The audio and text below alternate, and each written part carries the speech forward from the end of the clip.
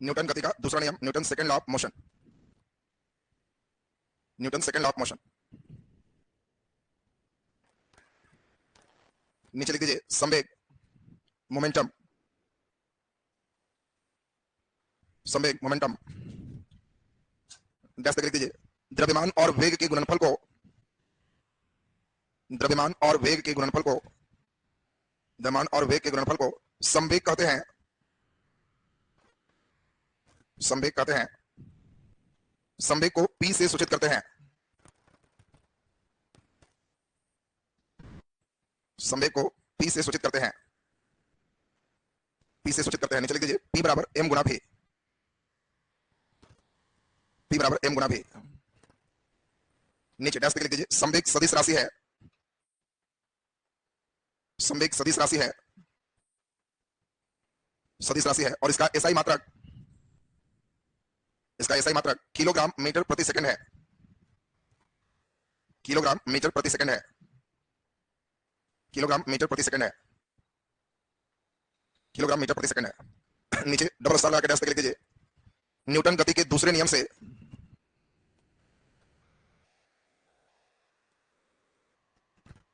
Newton गति के दूसरे नियम से संवेग परिवर्तन की दर, संवेग परिवर्तन की दर बल के बराबर होता है, संवेग परिवर्तन की दर बल के बराबर होता है। नीचे लिख दीजिए बल बराबर संवेग परिवर्तन बटे समय,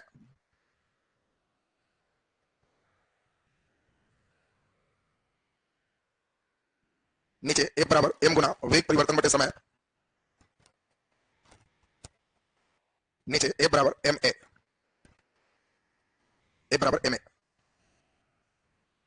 नीचे डबल स्टार लगा के डैश लिख दीजिए न्यूटन गति के दूसरे नियम से, न्यूटन गति के दूसरे नियम से बल का व्यंजक प्राप्त होता है,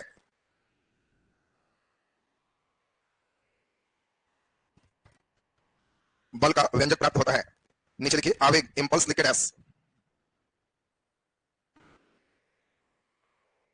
आवेग इंपल्स डैश तक लिख दीजिए बल और समय को गुणनफल को, बल और समय के गुणनफल को, बल और समय के गुणनफल को आवेग कहते हैं, आवेग कहते हैं। नीचे डैश देखिए आवेग बराबर बल गुना समय, आवेग बराबर बल गुना समय, बल गुना समय। नीचे डैश देखिए आवेग सदिश राशि है,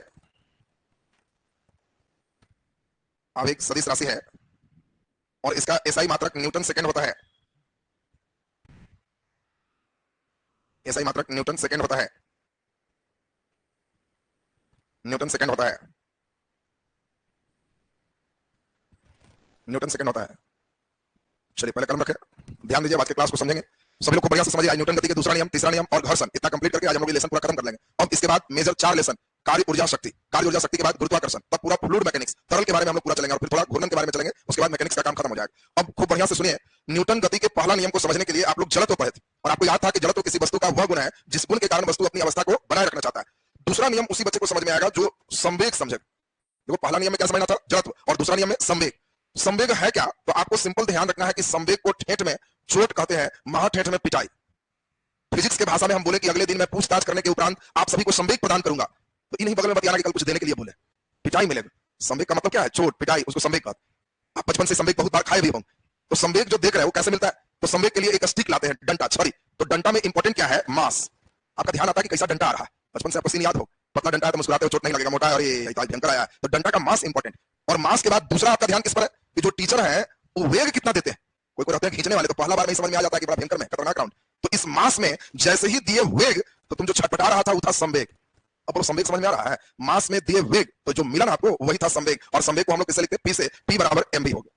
अब यही आपको लिखा है द्रव्यमान और वेग के गुणनफल को संवेग कहते हैं। देखो आपको द्रव्यमान से अकेले डर नहीं लगता, ना अकेले वेग से डर लगता।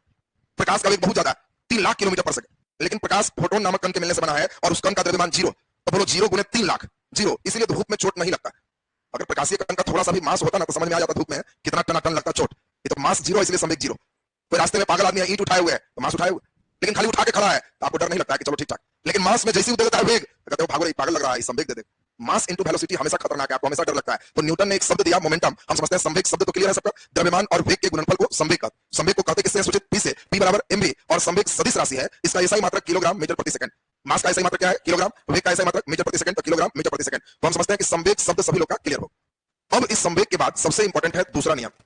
न्यूटन गति का दूसरा नियम क्या है, संवेग परिवर्तन की दर लगाए गए बल के समानुपाती होता है। अब इसका बंद कर दो। न्यूटन ने कहा कि जितने बल कस के लगाओगे उतने चोट कस के लगेगा, बस हो गया। बल कस के खींच देंगे तो चपड़ाएगा भी कस, तो वही कह रहा है कि चोट परिवर्तन का दर बल के समानुपाती होता है। बल बढ़ाओगे तो चोट ज्यादा बढ़ेगा, घटाओगे तो कम लगेगा। बोलो बल को हम लोग किससे लिखते हैं, एफ। संवेग का फॉर्मूला बोलो, एम गुना भी।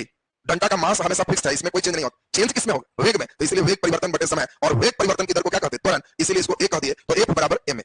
रट जाओगे, फॉर्मूला आपको एकदम रटन चाहिए। जब हम कहें एफ बराबर, तो कहना एफ माने बल है, तो बल कब लगाओगे, तो कहना सर मैट्रिक आइए पास हो के नहीं, बल बराबर एम ए पास, बी तक नहीं बल लगे, तो बल बराबर एम ए पास, एफ बराबर एम ए। और दिमाग में बैठा लिए, पहला नियम से बल का परिभाषा मिलता है और दूसरा नियम से बल का व्यंजक मिलता है, फार्मूला मिलता है। बोलो दोनों क्लियर है। परीक्षा में आपको क्वेश्चन आएगा न्यूटन के किस नियम से बल का व्यंजक मिलता है, दूसरा, पहला नहीं बोलना, न्यूटन के किस नियम से बल का परिभाषा मिलता है, तो पहला से परिभाषा और दूसरा से व्यंजक। बल का व्यंजक क्या होगा, ए बराबर एम ए पास, ए बराबर एम ए पास। अब सबसे इंपॉर्टेंट बात हम लोगों को सीखनी है, यहाँ पर थोड़ा ध्यान देंगे तो क्लियर हो जाएगा। आपको यहाँ पर एक छोटी सी बात पूछा जाए, आप इसको देख के बताइए बढ़िया से, कि इसमें अगर आपको कहा जाए कि टाइम का मान बढ़ा दे, बोलो समय का मान बढ़ा दे तो बल घट जाएगा, समय का मान घटा दें तो बल बढ़ जाएगा। अभी भाई समय बढ़ाएंगे तो बल घटेगा, समय घटाएंगे तो बल बढ़ेगा, उल्टा चलता है।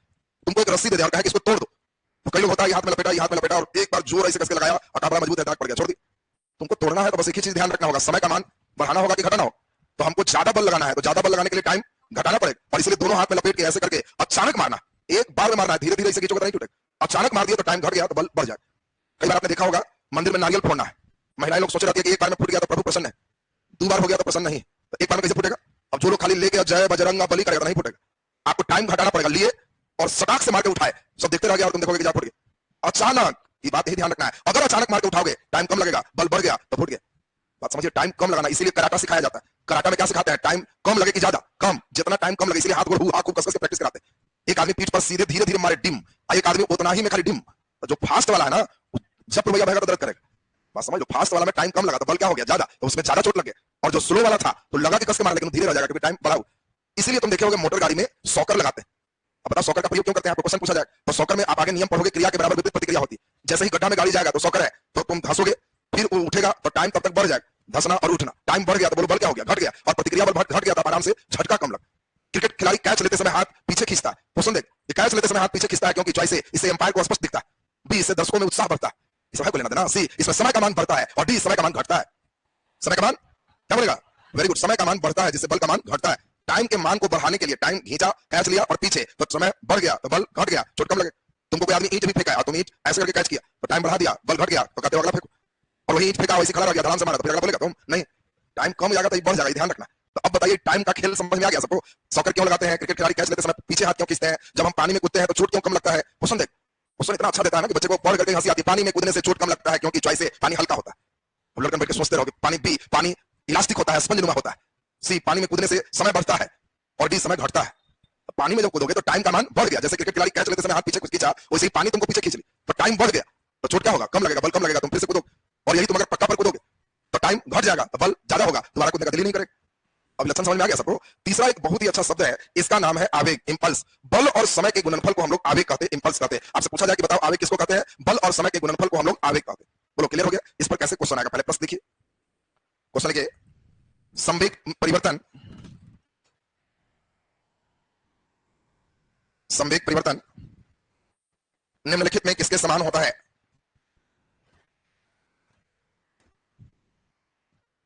संवेग परिवर्तन निम्नलिखित में किसके समान होता है।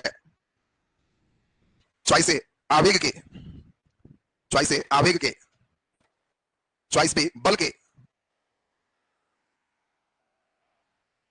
बल के, चॉइस ए ऊर्जा के,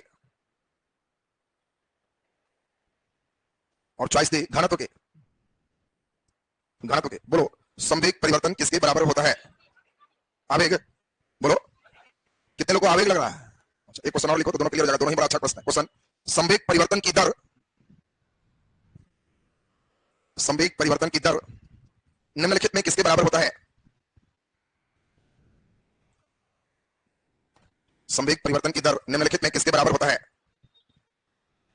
संवेग परिवर्तन की दर निम्नलिखित में किसके बराबर होता है।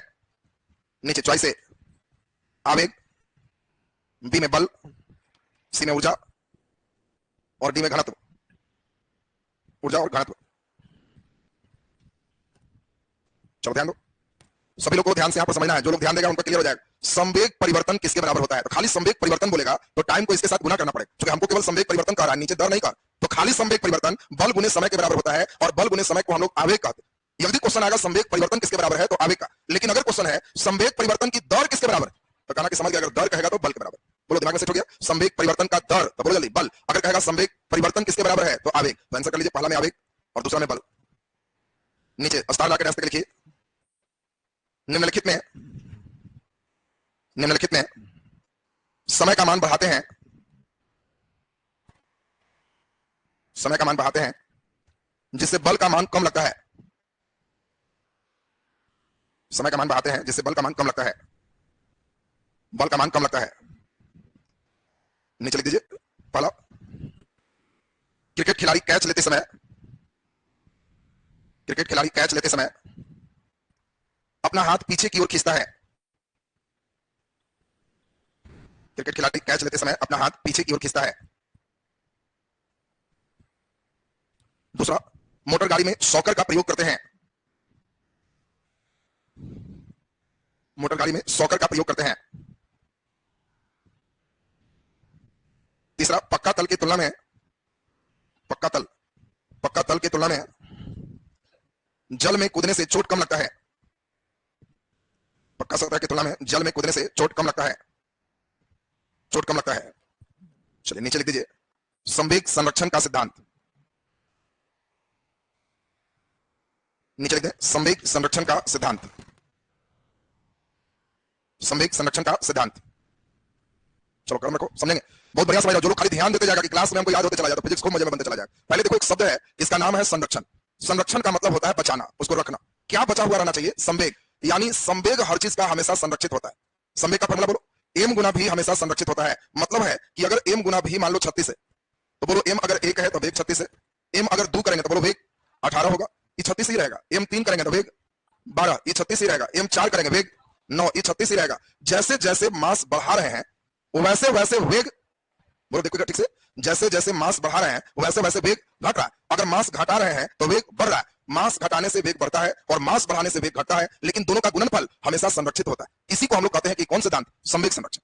और मास गुना वेग एक कहता है टक्कर के पहले जितना संवेग था उतना ही संवेग टक्कर के बाद होता है, और यही संवेग संरक्षण के सिद्धांत पर रॉकेट उड़ान भरता है। इसी के सिद्धांत पर जब बैलून में हवा भर के छोड़ देते हैं तो बैलून ऊपर की ओर उड़ता है। देखिए सब इसी पर है। आपको पूछा जाएगा रॉकेट किसके सिद्धांत पर उड़ान भरता है? संवेग संरक्षण। कैसे? रॉकेट देखिए, ये देखो रॉकेट का उड़ान समझा रहे हैं, ये रॉकेट बनाया गया। अब ध्यान से समझिए, ये रॉकेट हो गया, ध्यान दे, रॉकेट बना दिया गया। ऐसा रॉकेट देखा ना सर? तुम लोग रॉकेट बोलते हैं, बड़का वो इंडिया लिखल सोच रहा है। लोग ना रॉकेट बोले तो सोच रहा अरे ये भी आसमान तारा को भी अंग्रेजी में रॉकेट कहते हैं। तो पहले जो देखा हूं ना, देखो बड़का इंडिया इसरो पहुंच गया तो रॉकेट तुम बढ़िया समझ जाएगा। कई लोग रॉकेट बोले तो इसरो से नीचे सोच ही नहीं रहा। एकदम साधारण एग्जांपल हम बता रहे हैं। तुम आसमान तारा देखे होगे, उसको भी अंग्रेजी में हम लोग क्या कहते हैं? रॉकेट। तो इस रॉकेट में एक टाइमर है, जैसे ही टाइमर में आग लगाते हैं तो टाइमर में आग लगाते ही अंदर बारूद जलने लगता है, जलेगा तो धक्का देगा, प्रतिक्रिया के बराबर विपरीत प्रतिक्रिया होती है। और बोलो जब जलेगा तो मास बढ़ेगा कि घटेगा? घटेगा। मास घटेगा तो बोलो वेग बढ़ेगा और चल देगा। मास घटा इसलिए वेग बढ़ा, चल दी, और ऊपर में फिर एक टाइमर दे दी और इसमें एकदम टाइट पैक कर दिया कहीं से निकले नहीं। और अगर मास घटेगा और निकल नहीं पाएगा तो ब्लास्ट हो जाएगा धड़ाम, उसको बम का। तुमने देखा होगा बम में रस्सी से एकदम टाइट बांधा रहेगा और तब टाइमर देख, उसमें बारूद निकल नहीं पाता है, और अंदर अंदर आग लगा और निकल नहीं पाया तो धड़ाम से उड़ गए। तो छोड़े यहाँ निकला, ऊपर चला गया, ऊपर फिर टाइमर, आग लगा और इसमें बांधा हुआ है तो धड़ाम से ब्लास्ट कर गया। तो आदमी मुस्कुराता है कि बहुत बढ़िया, छोड़े यहाँ थे और आवाज बहुत ऊपर जाके किया।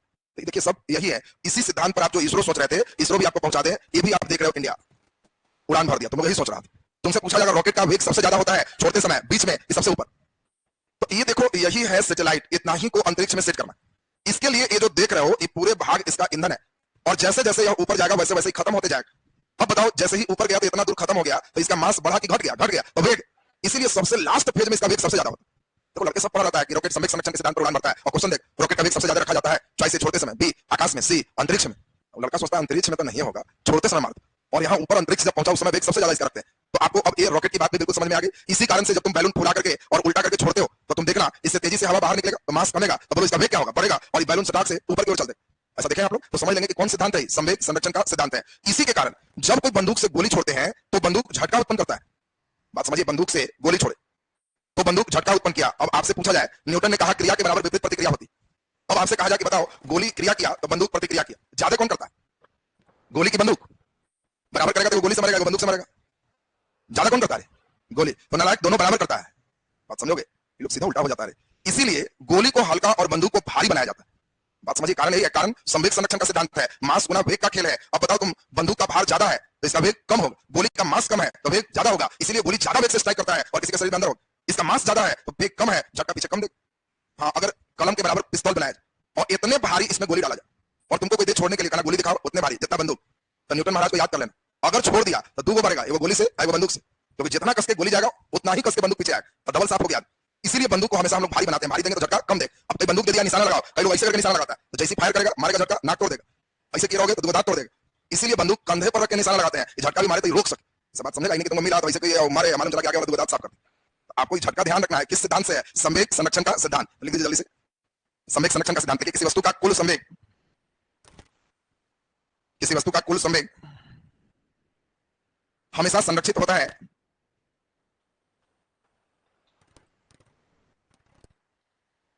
हमेशा संरक्षित होता है टक्कर के पहले, टक्कर के पहले और टक्कर के बाद, टक्कर के पहले और टक्कर के बाद का कुल संवेग, टक्कर के पहले और टक्कर के बाद का कुल संवेग बराबर होता है, बराबर होता है। नीचे डबल स्टार लगा के रास्ते के लिख दीजिए, संवेग संरक्षण के सिद्धांत पर, संवेग संरक्षण के सिद्धांत पर रॉकेट उड़ान भरता है।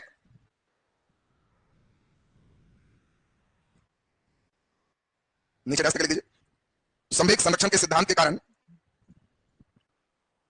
संवेग संरक्षण के सिद्धांत के कारण गोली को हल्का और बंदूक को भारी बनाया जाता है।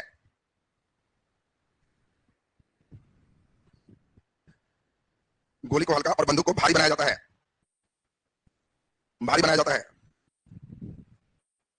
नीचे रास्ते के लिख दीजिए, संवेग संरक्षण के सिद्धांत के कारण,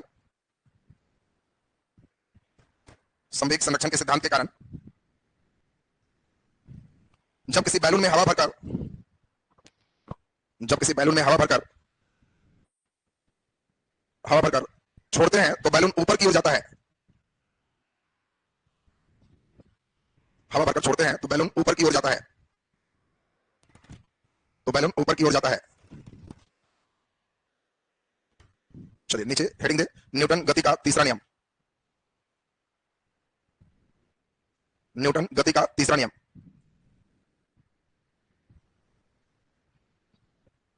न्यूटन गति का तीसरा नियम। चलिए एक लाइन का नियम है, तुरंत समझना है और फिर तुरंत घर्षण 10 मिनट समझना है, ये कंप्लीट हो जाएगा। न्यूटन ने तीसरा नियम में बहुत सिंपल बात कहा कि जितना क्रिया होगा उतना ही प्रतिक्रिया होगा, केवल बराबर भी होगा और विपरीत होगा। प्रत्येक क्रिया के बराबर और विपरीत प्रतिक्रिया होती है। जितना क्रिया होगा उतना ही प्रतिक्रिया होगा और विपरीत होगा। विपरीत में एक प्लस है तो दूसरा क्या होगा? माइनस। प्रत्येक क्रिया के बराबर और विपरीत प्रतिक्रिया होता है। बोलो दिमाग में सेट हो गया? जब किसी गेंद को नीचे पटकते हैं तो गेंद उतने ही प्रतिक्रिया से ऊपर आता है। जब कोई व्यक्ति नाव से किनारे पर कूदता है तो नाव उतना ही प्रतिक्रिया से पीछे भागता है। तो नदी में बैठ के एक डंडा लेके और डंडा को नदी में ऐसे करो तो जितना क्रिया नाव भागेगा उतना ही उल्टा में प्रतिक्रिया। अब बताओ, एक रस्सी कुआं में बाल्टी में पानी निकाल रहे हैं, खड़ा है, बताओ जैसे ही निकाल रहे हैं रस्सी टूट गया तो बाल्टी कहां गिरेगा? कुआं में। आदमी कहां गिरेगा? पीछे। विपरीत प्रतिक्रिया, नहीं समझा कि आदमी उसी में चला जाएगा। तो आपको एक अच्छा क्वेश्चन पूछा जाएगा कि बताओ एक व्यक्ति कुआं पर चढ़ के पानी निकाल रहा है, अचानक रस्सी टूटने से व्यक्ति चॉइस ए बाल्टी के साथ कुआं में गिरेगा, चॉइस बी बाल्टी कुआं में और व्यक्ति पीछे गिरेगा। तो सही आंसर क्या होगा? बाल्टी कुआं में और व्यक्ति पीछे। ये क्रिया और विपरीत प्रतिक्रिया। बहुत शानदार क्वेश्चन है। क्रिया और प्रतिक्रिया होता है एक ही वस्तु पर दो भिन्न वस्तु पर। जल्दी बोलिए, क्रिया और प्रतिक्रिया होता है एक ही वस्तु पर दो भिन्न वस्तु पर। तो दो भिन्न वस्तु पर इस पर क्रिया होगा तो इस पर प्रतिक्रिया होगी। बोलो क्लियर है सबका? इसी में हम लोग को समझना है। आपको अभी हम समझाएं कि एक व्यक्ति चलता है, तो मान लो हम लोग चल रहे हैं, तो हम लोग चलेंगे किसके कारण? ये व्यक्ति चल रहा है तो चलने का कारण क्या है? तो हम लोग के चलने का कारण यहाँ पे है, यहाँ पे कि पैर जो हम लोग तिरछा करते हैं ना उसके कारण चल पाते हैं। दोनों पैर में प्लास्टर चाह दे एकदम यहाँ तक, और तब तुमको कहे कि चलो, तो अभी लग रहा होगा कि चलो चल के आना, टाइट करके चल लेंगे। कई लोग सोच रहा हो, लेकिन एक इंच भी नहीं चल सकते हो। तुम लोग हॉस्पिटल में देखना जिसका दोनों पैर में प्लास्टर है उसका पैर ठीक भी हो गया है, कहना चलो तो कहेगा कि प्लास्टर ना है, चल नहीं पाए। अगर टाइट प्लास्टर है पूरा तो नहीं चल पाए। हम लोग चलते हैं जैसे ही तिरछा बल लगाते हैं, तो तिरछा बल का दो कंपोनेंट होता है, कॉस और एक साइन। यही कॉस के विपरीत प्रतिक्रिया से आगे बढ़ते हैं और साइन के विपरीत प्रतिक्रिया से पैर ऊपर उठता है। अगर हम लोग को एकदम ही पैर टाइट सीधा कर दिया जाए तो जितना क्रिया उतने प्रतिक्रिया आगे नहीं बढ़ेगी। इसीलिए कई लोग को देखना कि खूब खाए पिए, लेकिन पैर में अगर ठेवना में वाला दर्द धर लिया तो कहेगा कि हमको टांग के लिए चलो, चल नहीं सकते। क्यों? क्योंकि जब तक मुड़ेगा नहीं, न्यूटन महाराज का तीसरा नियम लागू नहीं होगा, तब तक चल नहीं पाएंगे। बोलो कंडीशन क्लियर है सबका? लिख दीजिए जल्दी से, न्यूटन गति का तीसरा नियम लिख दीजिए। प्रत्येक क्रिया के बराबर और विपरीत प्रतिक्रिया होता है। प्रतिक्रिया के बराबर और विपरीत प्रतिक्रिया होता है, बराबर और विपरीत प्रतिक्रिया होता है। नीचे डबल स्टार लगा के डैश करके लिख दीजिए। क्रिया और प्रतिक्रिया दो भिन्न वस्तु पर कार्य करते हैं, क्रिया और प्रतिक्रिया दो भिन्न वस्तु पर कार्य करते हैं।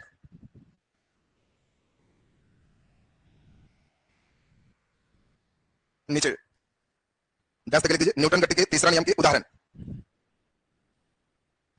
न्यूटन गति के तीसरा नियम के उदाहरण, न्यूटन गति के तीसरा नियम के उदाहरण। पहला नंबर लिख दीजिए, तीसरा नियम के उदाहरण। फर्स्ट नंबर देखिए, जब किसी गेंद को नीचे पटकते हैं,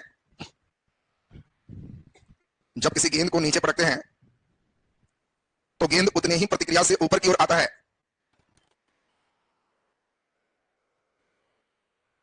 तो गेंद उतने ही प्रतिक्रिया से ऊपर की ओर आता है,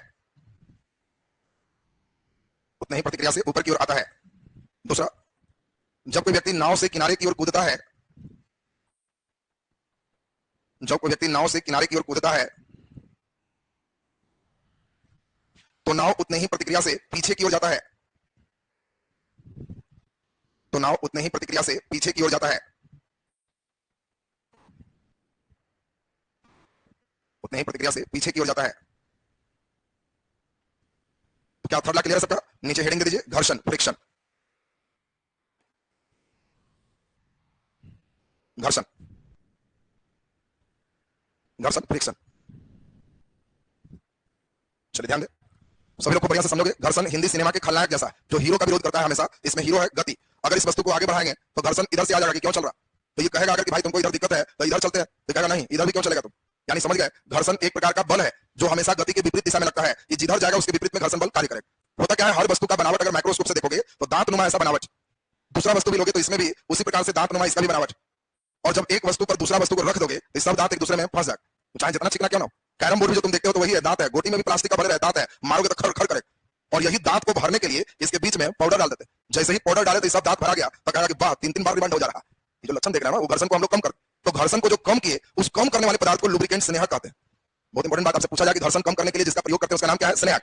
तेल, ग्रीस, मोबिल, डीजल, ये सभी स्नेहक है। हम लोग साइकिल में चैन में ग्रीस लगा दी, तो ग्रीस घर्षण को क्या करोगे? कम करोगे। तो ज्यादातर स्नेहक लिक्विड फॉर्म में होता है, लेकिन जो सूखा हुआ होगा उसको शुष्क स्नेहक कहेंगे।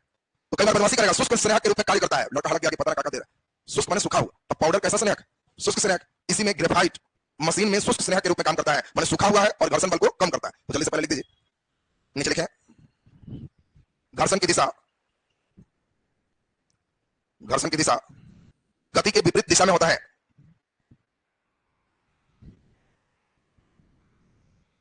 घर्षण की दिशा गति के विपरीत दिशा में होता है। नीचे डबल स्टार लाके डैश करके लिख दीजिए, घर्षण को कम करने के लिए, घर्षण को कम करने के लिए स्नेहक का उपयोग करते हैं, स्नेहक का उपयोग करते हैं। घर्षण को कम करने के लिए स्नेहक का उपयोग करते हैं। नीचे डैश देखिए, ग्रेफाइट शुष्क स्नेहक जैसा कार्य करता है, ग्रेफाइट शुष्क स्नेहक जैसा कार्य करता है।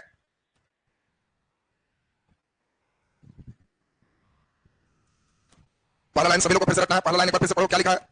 घर्षण की दिशा गति के विपरीत दिशा में होता है। नीचे ऑब्जेक्टिव लिखो, एक व्यक्ति आगे की ओर चल रहा है, एक व्यक्ति आगे की ओर चल रहा है तो घर्षण की दिशा होगी, घर्षण की दिशा होगी। नीचे चॉइस ए आगे से, आगे से, चॉइस बी पीछे से, चॉइस सी दोनों ओर से, दोनों ओर से। चलिए डी आई तो समझ रहे हो, एक से अधिक सही कोई सही नहीं है। जल्दी बताओ तीनों में क्या लग रहा? घर्षण की दिशा हमेशा गति के विपरीत दिशा में होता है। एक व्यक्ति आगे की ओर चल रहा है तो घर्षण की दिशा कितने को लग रहा है? आगे से होगा, उठाओ आगे से। और कितने को लग रहा है? पीछे से होगा, उठाओ। दोनों तरह से है, तब किधर होगा? घर्षण की दिशा तुम्हें बता, कितना नालायक है आदमी। आगे चल रहा है, घर्षण किधर से होगा? आगे से। ऐसा कोई होगा नालायक जैसा जो सोच रहा है आदमी चल रहा है घर्षण पीछे से होगा? ये कौन घर्षण हुआ? घर्षण हमेशा गति का विरोध करता है। कई लड़का हिंदी के विलोम शब्द बनाने लगता है। घर्षण की दिशा गति के विपरीत होता है, आदमी आगे चल रहा है तो घर्षण पीछे से। ऐसा नहीं सोचेगा, आगे चल रहा है तो घर्षण किधर से होगा? आगे से। तो सही आंसर आगे से। अगला क्वेश्चन लिखिए, एक साइकिल आगे की ओर गतिशील है, एक साइकिल आगे की ओर गतिशील है तो इसके पिछले चक्के में घर्षण की दिशा होगी, तो इसके पिछले चक्के में घर्षण की दिशा होगी, पिछले चक्के में घर्षण की दिशा होगी। चॉइस से आगे से, बी पीछे से, सी दोनों ओर से, दोनों ओर से। बोलो क्या होगा? एक साइकिल आगे गतिशील है तो पिछला चक्का में घर्षण किधर से होगा? इधर से होगा रे, आगे से। तो आंसर मारो ठीक, पीछे से, पीछे से होगा। एक बार कौवा उड़ तो भैंस उड़ नहीं, वो नियम चेंज भी होता है। अगला क्वेश्चन लिखो। एक साइकिल आगे की ओर गतिशील है, एक साइकिल आगे की ओर गतिशील है, आगे की ओर गतिशील है, तो इसके अगले चक्के में घर्षण की दिशा होगी,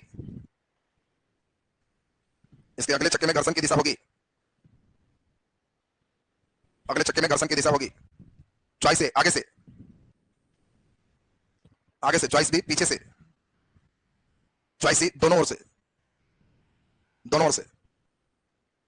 जल्दी आंसर बोलो क्या होगा? तो सही आंसर आगे से। समझो, साइकिल वाला थोड़ा सा बढ़िया से समझेंगे, ध्यान दोगे तो स्टेप समझ में आ जाएगा। देखिए हम चाह रहे हैं साइकिल का स्टेप आप बढ़िया से समझें। मान लो सपोज ये साइकिल है, साइकिल हमने बनाया। अब ध्यान दीजिए, बड़ा छोटा हो गया, चलो अब बराबर हो गया। चलो ध्यान दो, और नीचे ही कर ले। चलिए ये ध्यान दीजिए, अब हमने एक साइकिल बनाया, ये साइकिल है। अब इस साइकिल में आपको समझने के लिए फिगर आवश्यक है, बिना उसके फिगर नहीं समझ में आएगा। हैंडल सैंडल भी बना दिए, ब्रेक घंटे भी हो गया, इसमें सीट भी बना दे, चैन पैंडल भी बना दे, बढ़िया से लॉक कर दे, एकदम फुल लॉकिंग हो गया। उसको बढ़िया से दे दिया जाए। अब एक वीआईपी साइकिल तैयार हो गया। इसी पे एक आदमी बैठा है,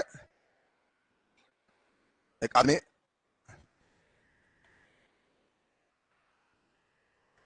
चलिए ध्यान दीजिए, चलाते हुए देख भी रहिए इधर ही, तो कंडीशन समझो, थोड़ा सा समझोगे तो बात समझ में आ जाएगा। पहले तुम्हारा चेहरा मिल रहा है, इतना खुश है तुझे? खुश है कि हमारे वाला बाल कटिंग उसका भी है। चलो ध्यान दो, पहले साइकिल के कंडीशन को ठीक से समझिए। जब भी व्यक्ति पेंडल मारेगा, तो पेंडल मारेगा तो अगला चक्का घूमेगा कि पिछला? पिछला। पेंडल के कारण कौन घूम रहा? पिछला। तो पिछला का मोशन ऐसे घूमेगा कि ऐसे घूमेगा, पहला कि दूसरा? जल्दी बोलो पहला, तब तो तुम लोग समझ गया। ये बताओ, जैसे ही ये पेंडल मारा तो साइकिल का चक्का ऐसे घूमा, और घर्षण की दिशा गति के विपरीत होती है, तो जब ये ऐसे घूमेगा तो घर्षण ऐसे आ जाएगा, इसीलिए घर्षण पीछे से। बताओ अगला चक्का में भी पेंडल है? बोलो नहीं, अगला चक्का में पेंडल नहीं है, तो अगला चक्का कैसे घूम रहा? जब ये घूम रहा है, ये घूम रहा है तो ये बेचारा सरकना चाह रहा है, लेकिन घर्षण इसको रोक रहा है, खबरदार, तो बेचारा डर से घूम रहा। देखो अगला चक्का में पेंडल नहीं है, कई लड़का सोच रहा है पीछे होगा आगे होगा, कि साइकिल है, ऐसा नहीं सोचना। पिछला चक्का के कारण अगला मूव करो, और अगला में पेंडल नहीं है तो अगला बेचारा सरकना चाह रहा, और इसमें घर्षण के कारण मूवमेंट है, घूम पा रहा। अब आपसे ये ध्यान देना है कि बोलो अगला चक्का में घर्षण की दिशा किधर से हो गई? आगे से। और पिछला चक्का में किधर से हो गया? पीछे से। जिसको समझ में आया ठीक है, नहीं आया रट जाओ। अगला चक्का आगे से, पिछला चक्का पीछे से। ये बात टावर धर लिया समझना। एक क्वेश्चन फिर लिखे, प्रश्न देखो। घर्षण रहित सतह पर, घर्षण रहित सतह पर एक व्यक्ति, घर्षण रहित सतह पर एक व्यक्ति आगे बढ़ सकता है,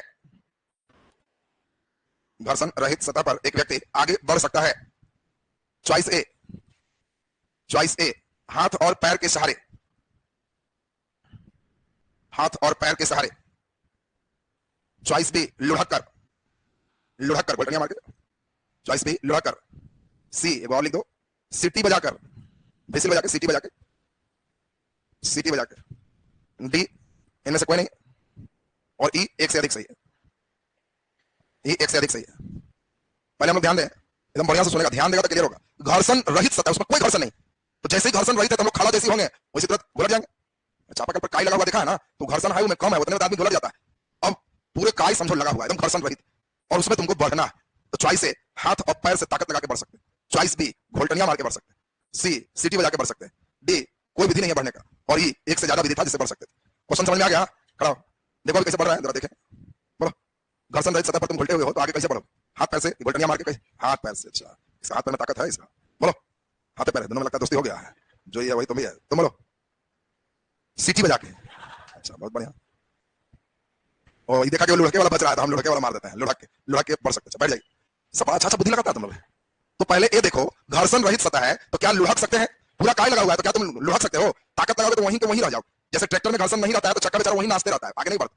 घर्षण जहाँ कम है ना तो हमारे एक्सीलरेटर तो वहीं नचेगा, आगे नहीं बढ़े। तो घर्षण बढ़ाने के लिए ईंटा डालेगा, कुछ डालेगा ताकि घर्षण बढ़े, निकल। तो अगर घर्षण नहीं है तो क्या हम लोग लुढ़क के बढ़ेंगे? नहीं, वहीं लुढ़केंगे तो वहीं रह जाएंगे, बढ़ नहीं सकते। हाथ और पैर से, अरे हाथ से ऐसे करें तो घर्षण नहीं है तो वहीं ऐसे रह जाएगा, पैर से ऐसे करेंगे तो वहीं रह जाएगा। ये नहीं समझना कि ताकत लगा के तुम बढ़ने जा रहे, घर्षण नहीं है तो नहीं बढ़ सकते। तो ए और बी तो खत्म हो। अब सी सीटी बजा के होगा, चलिए बोलो तो होगा। नालायक यही आंसर था। जैसे ही सीटी बजाओगे, व्हिसिल बजाओगे तो हवा कस के इधर से दोगे तो क्रिया के बराबर विपरीत प्रतिक्रिया। घर्षण नहीं है तो ऑटोमेटिक जिधर हवा कस के छोड़ोगे दूसरा और भागोगे। घर्षण नहीं रहने पर सीटी बजा के हम लोग बढ़ सकते हैं। और जान के परीक्षा में पूछता है, लड़का देखता है सीटी बजा के है, इतना नहीं होगा, और घरे आता है देखता है जा सीटी बजा वाला होगी। तो इसीलिए सही आंसर हो गया सी, सीटी बजा के बढ़ना है, जन जिधर बढ़े, ठीक है ना। तो ये नहीं है कि आगे पीछे थोड़ा निकले, घर्षण रहित सतह पर कैसे बढ़ सकता है, तो सीटी बजा के बढ़ सकता है। चलिए तो अब नेक्स्ट नीचे लिख दीजिए, नीचे लिखते हैं घर्षण के नियम। घर्षण के नियम,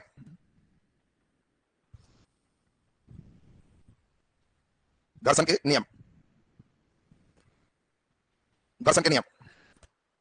चलिए ध्यान दीजिए, सब लोग को बढ़िया से समझोगे। पहला नियम बिल्कुल स्पष्ट है, घर्षण की दिशा हमेशा गति के विपरीत दिशा में होता है, तो लाइन एकदम क्लियर। दूसरा नंबर नियम बहुत आसान है, घर्षण का नियम कहता है कि घर्षण बल का मान अभिलंब बल के समानुपाती होता है, और यही समानुपाती हटाते हैं तो एक कांस्टेंट गुना करते हैं, F बराबर म्यू आर, जहां म्यू क्या है, इसी को घर्षण गुणांक कहते हैं। म्यू क्या है, घर्षण गुणांक। तीसरा नंबर हम लोग चले, घर्षण बल कई तरह का होता है, लिमिटिंग फ्रिक्शन, रोलिंग फ्रिक्शन और काइनेटिक फ्रिक्शन। लिमिटिंग सबसे ज्यादा होता है काइनेटिक से, और सबसे कम रोलिंग फ्रिक्शन होता है। रोलिंग माने होता है रोल करना, लुढ़कना, इसको लोटनिक घर्षण कहते हैं। काइनेटिक का मतलब गति में रहना, इसको गतिक घर्षण कहते हैं। और लिमिटिंग का मतलब इसको सीमित या चरम घर्षण बल कहते हैं। देखो अब हम तीनों याद करवा रहे हैं, तीनों बात एकदम बढ़िया से सुनना है, तीनों एकदम क्लियर चाहिए। घर्षण की दिशा गति के विपरीत दिशा में होता है, तो सबको क्लियर। दूसरा बहुत इंपॉर्टेंट है, घर्षण बल अभिलंब बल के समानुपाती होता है। तो पहला सबसे इंपॉर्टेंट बात है अभिलंब बल क्या है, तो जो बल ऊपर से नीचे की ओर लगता है उसी को अभिलंब बल कहते हैं।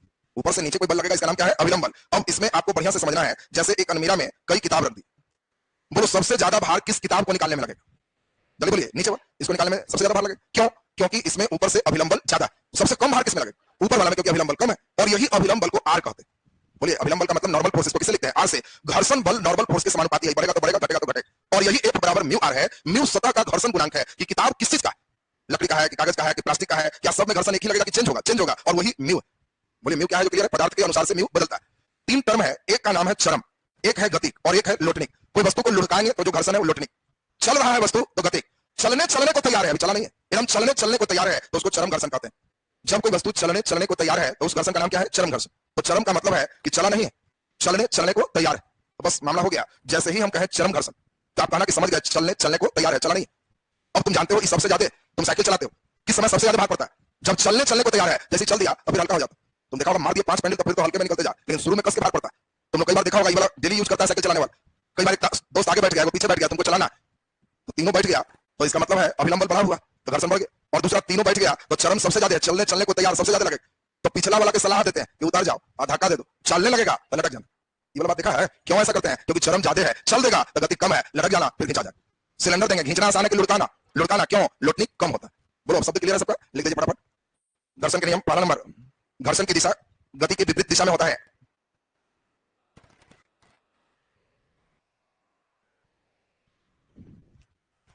घर्षण की दिशा गति के विपरीत दिशा में होता है। दूसरा, घर्षण बल का मान अभिलंब बल ब्रैकेट में आर, और अभिलंब बल ब्रैकेट में आर के समानुपाती होता है।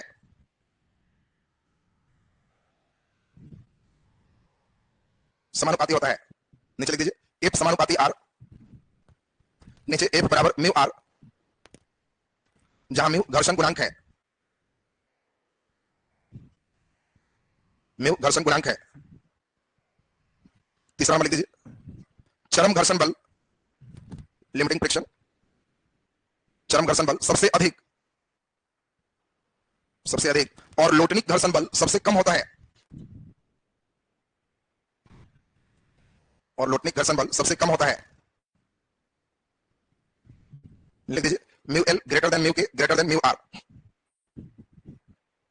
एल में लिख दीजिए चरम, के में गतिक, आर में लोटनिक। चरम कहते किसको है, चलने को तैयार, चला नहीं है, लग रहा है कि अब चल देगा तो उसको चरम कहते, चल दिया तो गतिक, लुढ़क रहा है तो रोलिंग। तो अब घर्षण कंप्लीट हो गया आपका। ये पूरा सेक्शन हम लोग, एक अच्छा लेसन था, मोशन बड़ा लेसन था, आज पूरा कंप्लीट कर दिए। कल से इसमें नया लेसन शुरू करेंगे, वर्क, एनर्जी एंड पावर, कार्य, ऊर्जा और शक्ति। कल से नया लेसन आपका शुरू हो जाएगा। आज अभी जस्ट मॉडर्न हिस्ट्री अभी करेंगे, 5 मिनट के गैप के बाद चुके।